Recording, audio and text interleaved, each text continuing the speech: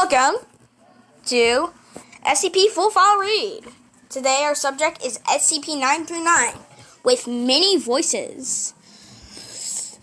Its object class is Keter. Special containment procedures. SCP-939-1-3-19-53-89-96-98-99 and -109 are kept in cell 1163-A or 1163-B.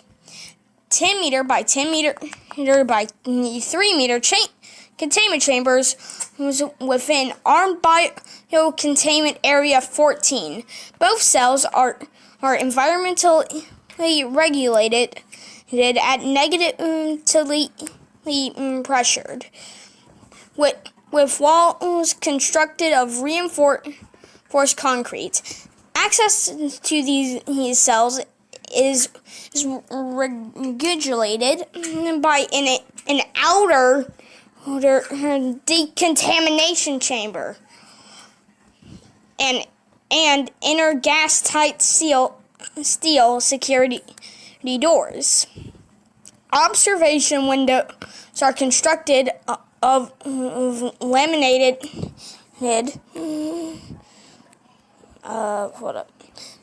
ballistics glass 10 centimeters in thickness, protruding by a 100 kV electrified mesh. Humidity is maintained at 100%. It's at a temperature of 16 degrees Celsius. Specimens are monitored at all times via infrared cameras. Level 4 authorization is required to access SCP-939, their containment areas, or the observation chambers. And if you're wondering what that sound is, those are my siblings that are kind of in my room. SCP-939-101 is dismembered and stored in cryogenic preservation tanks. 939-101A to 939-101M with Bioresearch Area 12. At Bioresearch Area 12. Access to SCP-939-101 requires authorization by 2 clearance level 3 personnel, one of which must be present for all research and testing. The contents of only one at 939-101 tank may be accessed at any given time. Core temperature of SCP-939-101 and tissues must be monitored when removed from cryogenic preservation. Should core temperature exceed 10 degrees Celsius, tissues are to be returned to their corresponding tank and all testing suspended for a period of 72 hours, bearing core temperature exceeding 10 degrees Celsius. Research of SCP-939-101 tissues may continue as long as it ramblings and pleas for release may be tolerated. Containment cell should be cleaned bi-weekly while this takes place. SCP-939 specimens will be transferred to the adjacent cell. During this time, the cell doors and observation windows must be inspected for damage and repaired or replaced accordingly. Heavy sedation of SCP-939 is required before an interaction, including transfer between cells and get that out and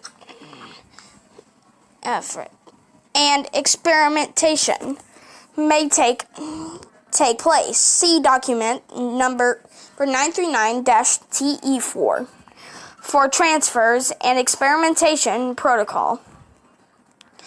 Level C hazmat gear is to be worn by personnel during interactions with SCP-939 specimens, and in any areas which decontamination procedures are to be observed by all personnel involved to enclosure. No secondary spread of amnestic agents occurs.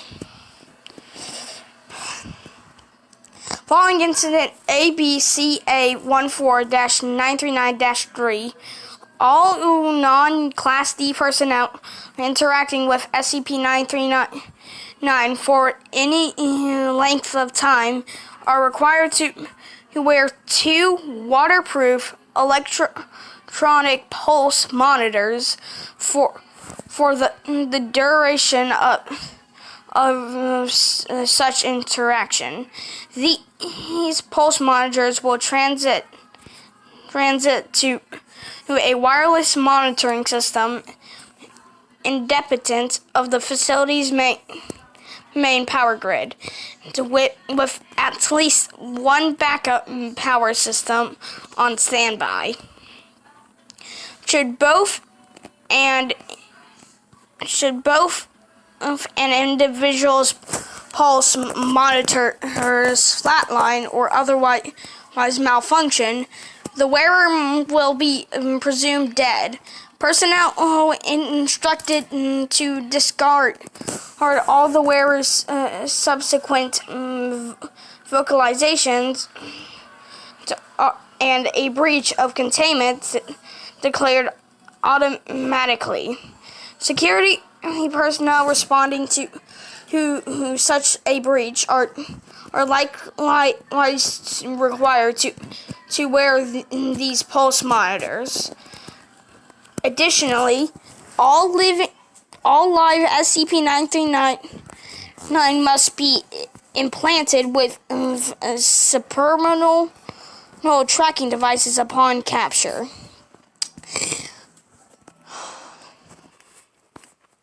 Description: SCP-939 are ectotraumatic pack-based predators, which display atrophy of various systems similar to troglodytic organisms.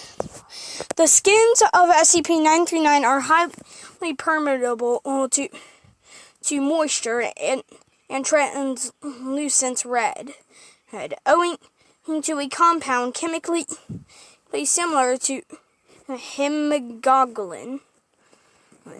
SCP-939 averaged 2.2 meters tall, standing upright, and weigh an average of 250 kilograms.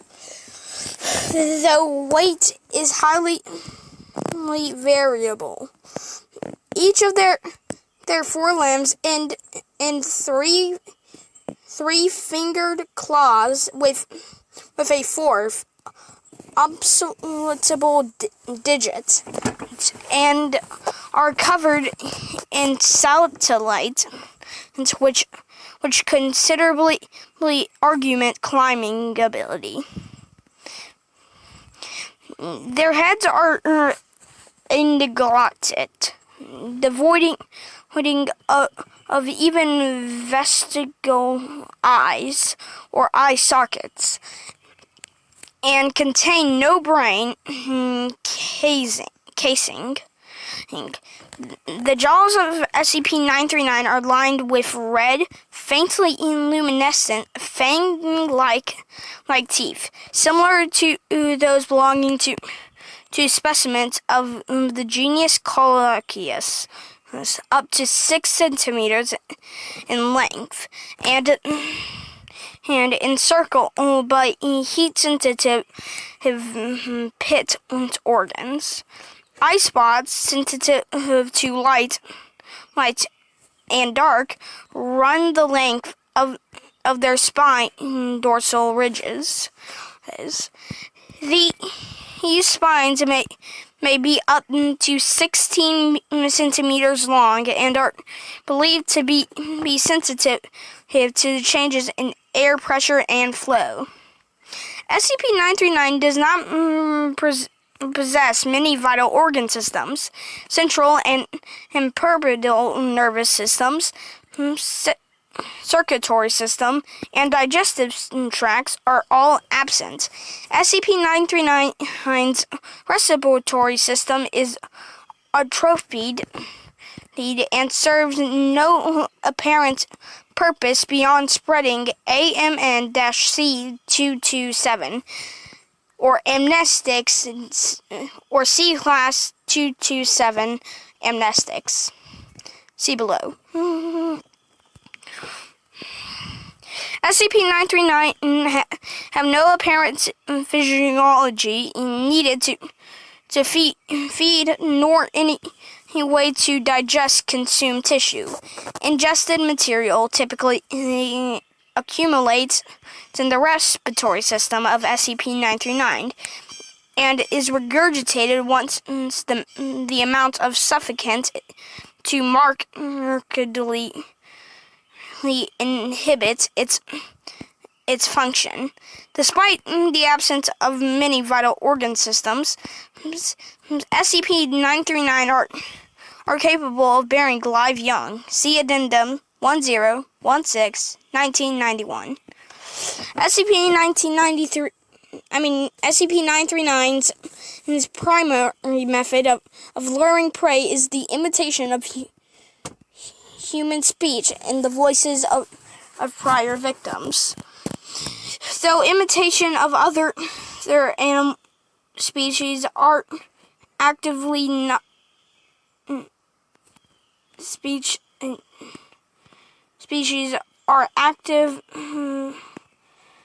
though imitation of other species and active nocturnal hunts have been documented.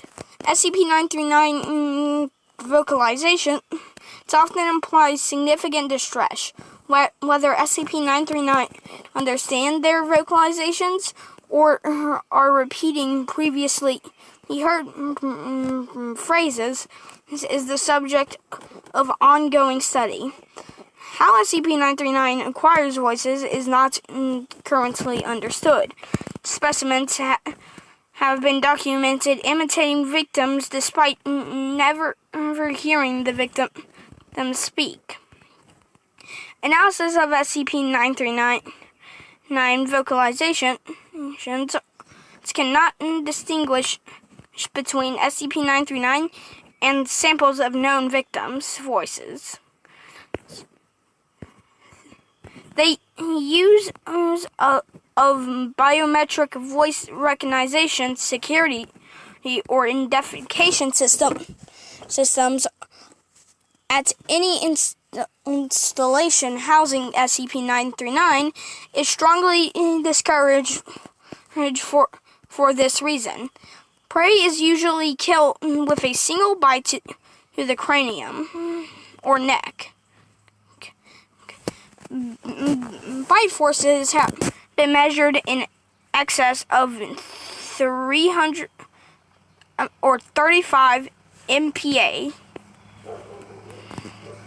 SCP-939 exhale minute traces of an aerosolized Class C amnestic designated AMN-C227. AMN-C227 causes temporary retrograde amnesia, inhibiting memory formation for duration of exposure, plus an average of 30 minutes. It is colorless, odorless, and tasteless, with an estimate of ECT-50 for inhalation of 0.0015 milligrams minute / meters. Here's 3. That's confusing.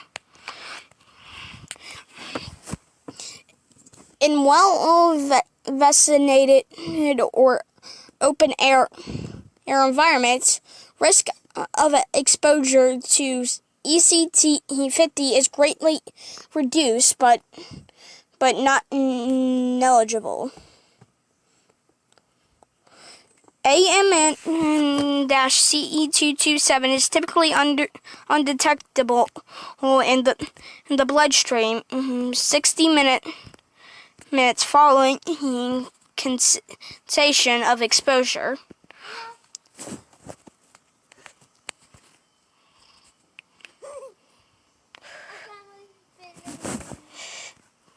Where was I? Have I just lost my place? Oh. Reported cessations of disorientation and mild hallucinations immediately following removable from environment saturated with the agents are similar to recreational use of numerous physiological substances and easily mistaken as such. Note 03-23-2005. This report pretends to morphologically alpha. For more information regarding the morphology beta, see redacted experiment log 914 AMTF new -7 after action report redacted.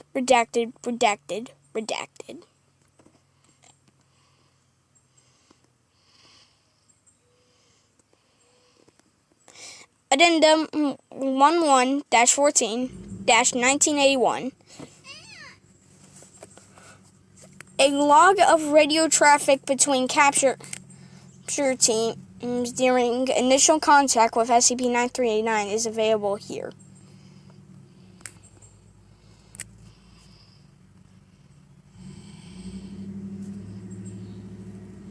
I'm not gonna read it. Sorry, guys. I'll probably read it later. See addendum.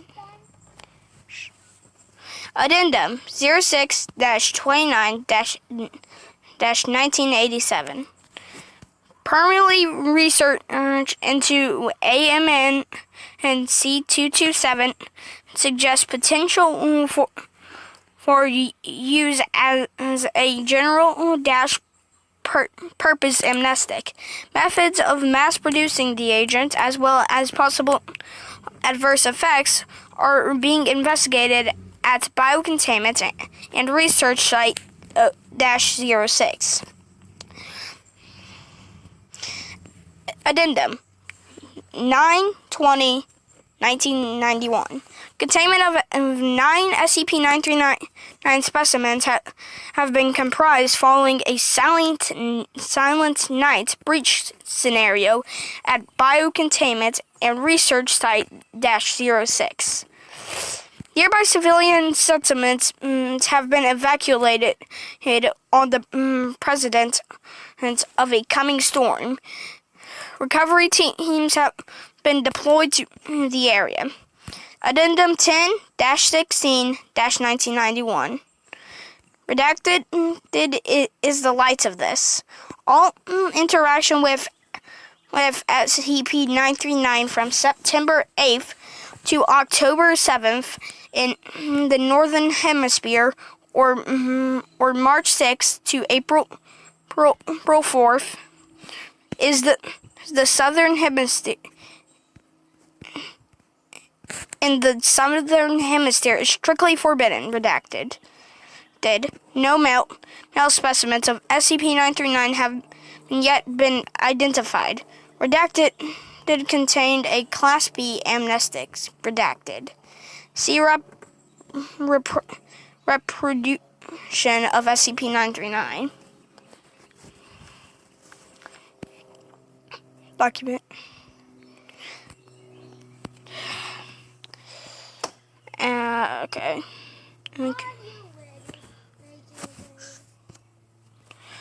I'm not gonna read that, but basically I kind of just skipped through the time.